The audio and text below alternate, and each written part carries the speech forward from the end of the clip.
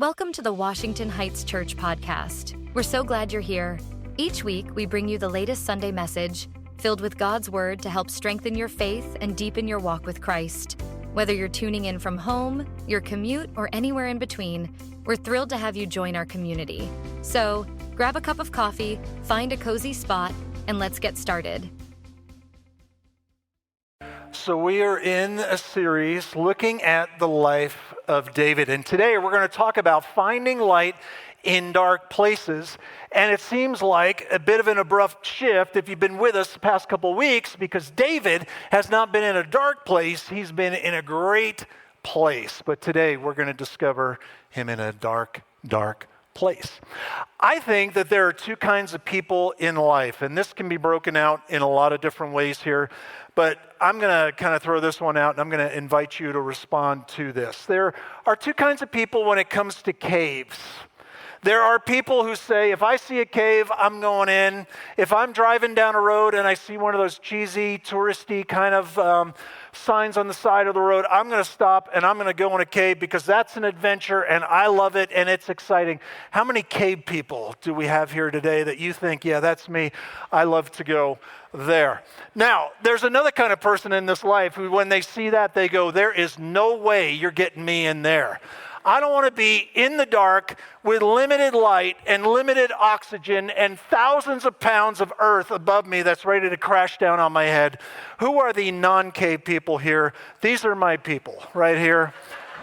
I'm kind of claustrophobic and I'm thinking, why? Nothing that lives in there is something that I want to meet up close and personal. Am I right? I mean, it's horrible. Why would you go in there? Here's why we talk about that. Because there are literal caves and there's some figurative caves, right? There are some dark places in life that don't take us into the ground, but maybe we feel like we're in a low, dark place. Like when a relationship comes apart and it's painful and there's little to no hope that it's going to get back together. Or we've lost somebody and they're gone. Or the circumstances of our life have unraveled in a way that we never wanted and never predicted, and we find ourselves in a very, very difficult place that feels like a very low place. There's some questions that we ask ourselves in moments like that. How long is this going to go on? Is this going to be the rest of my days? Is there ever going to be an end to this season? How did I get here? Did I get myself here? Did somebody else get me here? Did somebody guide me in this direction? And will I ever see the light again? And this is important in this part of the story because a couple weeks ago, as we began the story of King David, he gets the message that God has selected him to be the future king of Israel. That's a great plan. The future is bright. Last week, we looked at David taking on a giant named Goliath and taking him down and winning the battle that nobody else even wanted to step out onto the field and undertake. And so life is great for David. In fact, look at this verse. David had success in all his undertakings, for the Lord was with him. There's even a part of the Bible that tells us that the young ladies in Israel were writing songs and singing them about David, right? That's when you know you've made it big, right? When your song is like the top of the charts in Israel. Man, they're singing songs about me, and people are downloading my song and they're singing songs about me. Life is good, and with God's prediction, it's only up and to the right. Well, not exactly. Because here's what else is happening during that time. And when Saul, he's the present king, saw that he, David, had great success, he, Saul, stood in fearful awe of him. Him is David. So Saul is a guy that over time we learn is not emotionally well. And he's got a very dark and paranoid kind of heart. And when somebody else is succeeding, Saul doesn't feel great about that. He feels threatened by that. He becomes very paranoid about that. And you know what he tries to do? Get rid of David. Because after all, they're singing songs about him. They're not singing songs about me. And I'm the king, and if he's the future king, that means I'm going to be gone one day. And so you know what Saul does a couple of times? He throws a spear at David trying to kill him. I don't know if you've ever had a rough day in your workplace, but I doubt that it's ever gotten that bad, right? Where somebody is throwing a spear at you. But twice, Saul tries to kill David. And you know what David has to do? After these 2 attempts on his life, David fled. And we see that mentioned 6 times over the next 5 chapters. David fled, David fled, David fled. Why? Because Saul is trying to take him out. I thought it was supposed to go up and to the right. Why would I be in this season of my life now? And when we think about that, there's a lot of things that David lost in this whole process here. Let me give you a quick list of that. He lost his job. He was the musician for the king. You know, he's kind of like the guy who did the music in front of the king and others, and he was really good at it. And he isn't going to do that anymore because he can't go there anymore. He lost all of his possessions, had to leave that all behind, just leave with the clothes on his back. He loses his wife, who is the daughter of King Saul, and they are reunited later, but their relationship is never the same as it was before. He loses his mentor, a guy named Samuel, who is pouring and speaking into his life, giving him a sense of direction, but their relationship has now been disconnected and broken off. He loses his best friend, who is Saul's son, named Jonathan, and they were close and tight, and there was a mutually beneficial relationship. Well, that is over, and they are never reunited, and he loses his dignity and self-respect. And he has to act even like a crazy person. Now, let me talk about that last one here for a little bit. Right, so David fled and fled and fled. One of the times that he fled is found in this verse. David arose and fled that day from Saul and went to Achish, the king of Gath. Now, I don't know if the word Gath means anything to you, but Gath is listed in the Bible as the hometown of a guy whose name is none other than Goliath. This is where the enemy lives. And maybe David thinks, you know what, I'm on the run. Let me go to the least likely place where Saul would ever look for me, the home of Goliath, the home of our enemy. Let me go to Gath. No one will recognize me there. So you know what happens in Gath? People recognize him. And they want to take him by force, and they want to bring him in front of the king of Gath. And so you know what David does in response to that? So he changed his behavior before them and pretended to be insane in their hands and made marks on the doors of the gate, makes these incomprehensible signs, and let his spittle run down his beard. He's going to act like a crazy person to escape impending doom. Little known fact here, archaeologists, by the way, what began as acting crazy in a season there in our day has morphed into something we know as Raider Nation. Yeah, people acting crazy for a certain period of time. Pastor Mike, Pastor Jimmy, and me taking in a game last season. No. But David has to act crazy, and he leaves. David departed from there. And here we find him in the cave of Adullam. So the guy who's the future king, and the guy who's taken down the giant, and the guy who is the subject of songs that are written about him, finds himself in a place that looks more like this. This is actually the cave of Adullam, looking out toward the opening. The opening is just like a hole in the ground.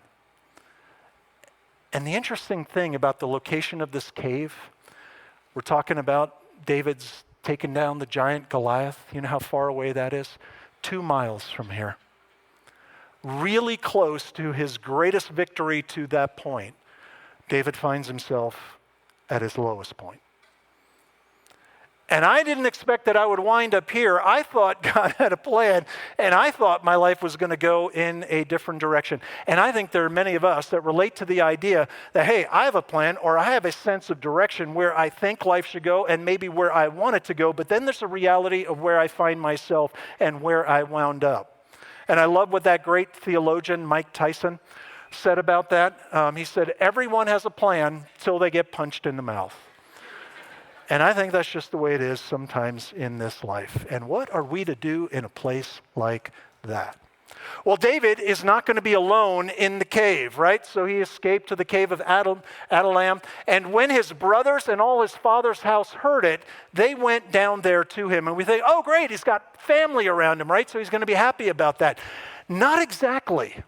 Because remember, a couple weeks ago, when the prophet Samuel shows up and is going to choose and identify the next king of Israel, David isn't even in the room. He's out there tending flocks. And so his family doesn't think that he has any chance to be any part of what God is doing. They had pretty much written him off. And so now they're there too. So why did they show up? Because Saul is trying to kill them too. Back in the day, if you're going to get rid of somebody who's a challenge to you as king, you not only get rid of them, you get rid of their whole family, because somebody might make a claim that, hey, I'm related to them, so I'm in that position, in their place. So they show up because they're being hunted as well. Well, that's not all the group that's there either, because check this out. And everyone who was in distress, and everyone who was in debt, and everyone who was bitter in soul gathered to him. Doesn't it sound like a party in that cave? These are high drama, needy people, and it's like, great, come on down and let's celebrate and throw a party in the cave. How many of them are there? About 400 of them. Life in the cave just sounds amazing, doesn't it? I got my family that I don't get along with real well, and I got all these needy people here. I can imagine, that 400 of those kind of people, maybe a lot of different directions in which this could go, but I imagine this kind of being like 400. Are you familiar with the show Saved by the Bell? And there was a character in that named Screech. It's like 400 Screeches, whiny and needy. Boy, life in the cave is just grand, isn't it? So what do you do there? You know what David did? He wrote about his time in the cave. Not his time after the cave, reflecting on the cave. Not in better days, looking back at the hard days. In the cave, he wrote about it.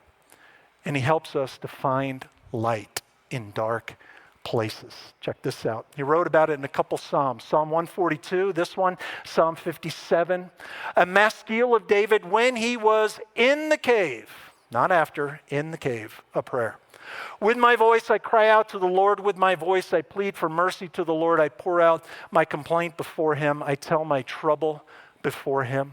When my spirit faints within me, you know my way. In the path where I walk, they have hidden a trap for me. Look to the right and see. There is none who takes notice of me. No refuge remains to me. No one cares for my soul. I cry to you, O Lord. I say, you are my refuge, my portion in the land of the living. Attend to my cry, for I am brought very low. Deliver me from my persecutors, for they are too strong for me. Bring me out of prison, that I may give thanks to your name. The righteous will surround me, for you will deal bountifully with me. How do we find light in dark places? I think David has something to teach us about that. Here's the first one.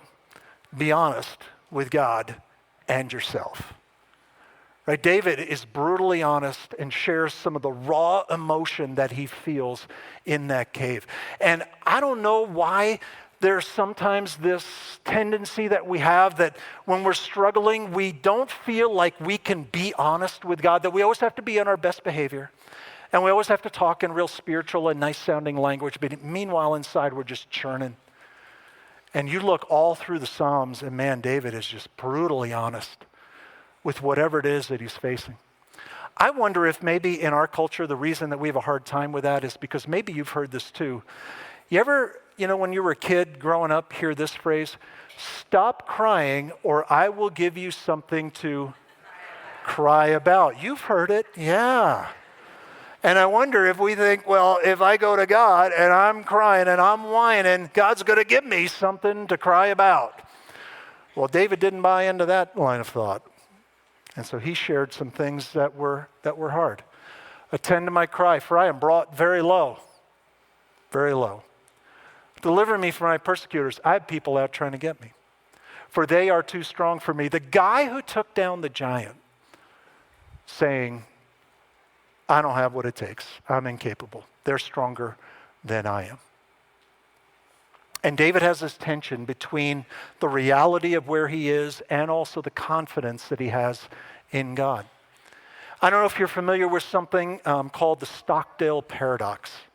Admiral James Stockdale was a captor, a prisoner during the Vietnam War. And he was kept under just brutal conditions. And he was not alone. There were many who were incarcerated and tortured during that time. And he came through it strong, and he came through it well, and he came through it in a very emotionally healthy kind of way. There are a lot of people who did not. And he was interviewed after that, and he was asked, what is it that you did that brought you through that so well? Why did you survive, and not even survive, but thrive during that time? And here's what he said. You must never confuse faith that you will prevail in the end, right? Confidence and hope, with the discipline to confront the most brutal facts of your current reality, whatever they might be. So there is honesty about the reality of where I am, but also there is a confidence and a hope that goes beyond the current situation. 3,000 years before he said this, I think we could have called it the David paradox. Because David acknowledged, I am very low. I got persecutors. They're stronger than I am. But that's not all he said. But when it comes to being honest with God, sometimes we shrink back from that because we think that somehow we have to play a part. But God already knows the reality about us. Philip Yancey is just one of my favorite authors. Here's what he says in his book on prayer. As the Bible clearly shows, God has a high threshold of tolerance for what is appropriate to say in a prayer. God can handle my unsuppressed rage. I may well find that my vindictive feelings need God's correction, but only by taking those feelings to God will I have the opportunity for correction and healing. In other words, be honest with God and be honest with yourself. And David has this confidence and this hope, but he also is really clear and really raw about what he's experiencing in a given moment. Another way to find light in dark places is to lean into God for who he is, not what he does. And I think this is a really important point for us to understand, because I think sometimes we tie our faith to what is happening in our lives and the circumstances that we're currently going through. And if life is good, God is great, and faith is great, and all is well. But if it becomes difficult, we think, well, I'm not so sure about God. He isn't doing his part. I feel like I'm doing my part. Or maybe we think somehow I've failed, I've missed it, and it's not working for me. But David doesn't fall into that trap. He leans into God for who he is, trusting that his character and his nature are the same in the good days and also the hard days. Look at what he says. I cry to you, O Lord, and I say, you are my refuge, my portion, what I want in the land of the living. All of a sudden, it doesn't seem like the songs that other people are singing about him really matter all that much. What matters to him is his desire to draw close to God. What is his confidence and his hope in God? For you will deal bountifully. That means to deal with good and consistent ways with me. That is not the circumstance of the moment, but it is his belief in who God is.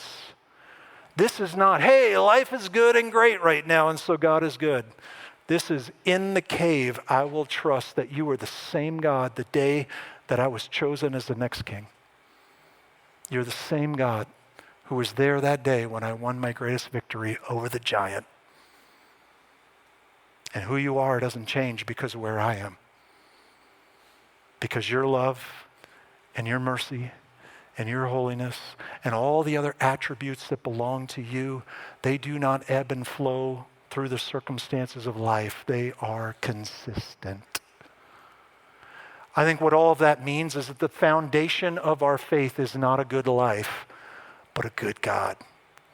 And sometimes we can get that confused.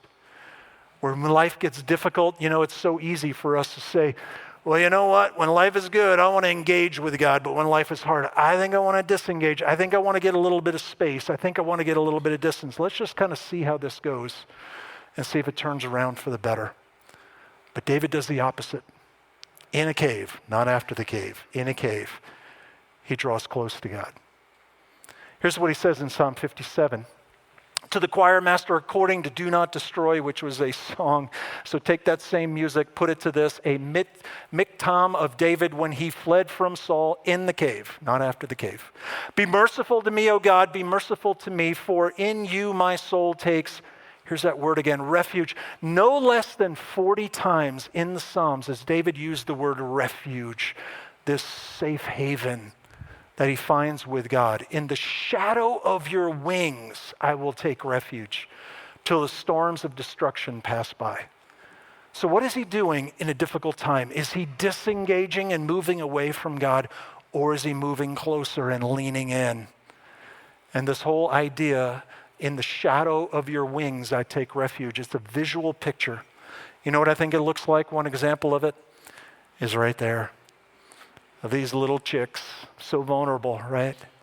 And what do in a moment of anxiety and uncertainty? They run for refuge. And David says, that's what I do when I find myself in a low place. And I'd be lying if I said there was never a time in my life where things got hard, where I did a little bit of the disconnection. You know what I'm saying? David points us in the direction of finding refuge and shelter under the wings of God. Engage, draw close, continue to journey together with him. And here's some of his confidence. He says, I cry out to God Most High, to God who fulfills his purpose for me. Does David in the cave, in a dark and low place, think that God still has a direction for his life? Absolutely he does. What's interesting about this, right, the battle against Goliath, his great victory before this, probably took about 1 hour on one day. Do you know how long the season of David's life lasts, where he fled and he fled and he fled and he fled? And some commentators, a little bit of a disagreement about the time frame here, but the best estimate is 7 years. 7 years. But God who fulfills his purpose in me. And here's also what he says, Psalm 57, for your steadfast love is great to the heavens, your faithfulness to the clouds. The word for faithfulness is my favorite Hebrew word ever. I'm going to say it for you. And then maybe later today, you can try it for yourself. It's the word chesed. And if you don't spit on somebody around you, you haven't said it right. And it can be translated a lot of ways. Loving kindness, your faithfulness, your love, your unconditional love. But in the cave, this is what David says, as he takes refuge under the wings of God. Rather than disengaging, David leans in and gets engaged with the God who is the same, no matter what season of life I find myself. One more way to find light in dark places: follow God by serving others. And I think there's another tendency that when life gets hard and the times get difficult, we shrink the circle down and it becomes about me, myself, and I. And I'm going through something hard and the focus gets turned inward to myself. I've heard somebody describe this as ingrown eyeballs, where all I'm seeing is myself. And I think that's just the way that it is a lot of times. But that's not what David does. Check this out. And everyone who was in distress, and everybody who was in debt, and everyone who was bitter in soul, all the high drama people gathered around him, and he became commander over them. Why is he caring about anybody else right now? Hey, I'm the one with a target on my back. You guys are here because you got some needs. You're needy people. But I got to watch out for me, myself and I. But instead, he became commander over them. Do you know what they become in time? They become something that is referred to a number of times in the Old Testament as the mighty men of Israel. They become this elite squad that joins David in some of his better days that are yet to come. All because he enlarged the circle and didn't just make it about himself. And there's about 400 of those men. And then the writer gives us a story of one of those 400. And I think there really wasn't time to give every story because they were probably all pretty impressive stories, but he tells us one. And here's how it goes. There was a time when David fled and he went to a town called Nob, N-O-B. And he goes to the temple there and there's some priests there and he asks for help. And sure enough, the priests help him. They give food and supplies. Well, on the hillside, there's a shepherd loyal to King Saul who's watching all of this unfold. He gets word to King Saul and says, hey, the priests at Nob have helped David, given him some supplies and some food. And then Saul just gets angry and loses it and tells his closest bodyguards, you go down to Nob and you wipe out all the priests, all 85 of them. And his bodyguards, are kind of recognizing this guy's coming unhinged. And they say, we're not going to do it. So the shepherd on the hillside, his name is Doeg. Just sounds like a bad guy, right? Doeg. Doeg sends word to King Saul, says, I'll do it. Saul says, go ahead. And sure enough, Doeg kills all 85 priests in the town of Nob because they helped David. And then Saul, still enraged by all of this, says, don't stop there. Wipe out the whole town. And Doeg says, all right, I will. And he does.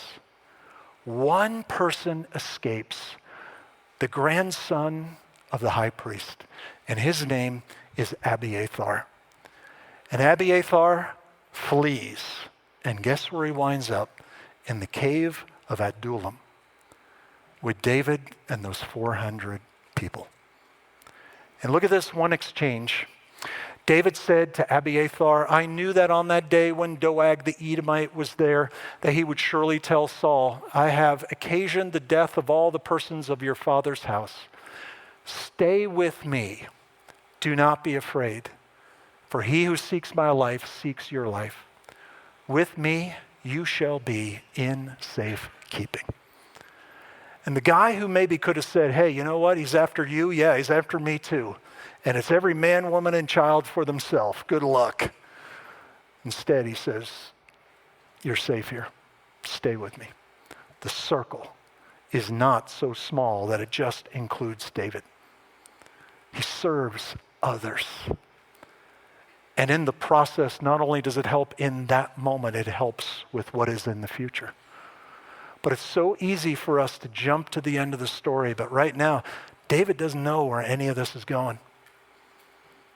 He just knows the opportunity he has in front of him. So what is he? He is honest with God and himself. And he trusts God for who he is, not using his circumstances like a thermometer to check out, God, how are you doing? Oh, life isn't so good. God, I'm not so sure about you. You're the same God, regardless of the season in which I find myself. And he serves other people. He didn't even ask for them to show up. They just did. And he enlarges the circle beyond himself. Here's what we said before. The foundation of our faith is not a good life, but a good God, regardless of the season in which we find ourselves. So let's wind this down by asking a question. I think this is an important question for us to ask because this is the way that we often gauge, how's God doing, or how am I doing, or how is this whole faith thing working? Do I even understand it? And am I doing it right? What influences me more, the circumstances of my life or the character of God? Now we know what the right answer is supposed to be, right? But in an honest moment between us and God, what is one way that we can lean into more of the character and nature of God?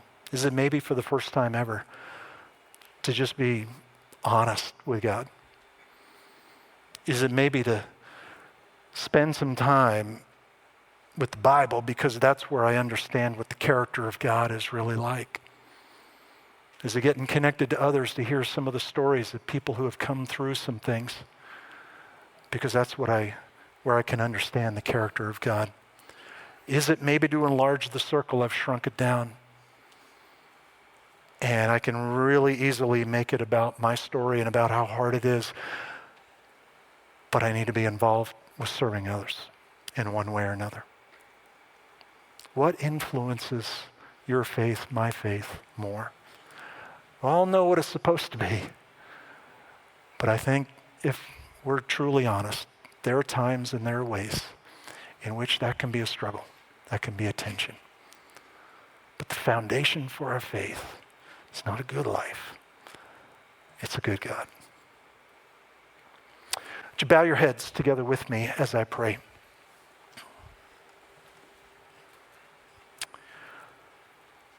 God, thank you for being at work in this broken world of ours that chips away and often just tarnishes so many of the things that lead us to a place where we didn't anticipate we would be, we didn't want to be, and yet there we are. And what are we to do in those moments?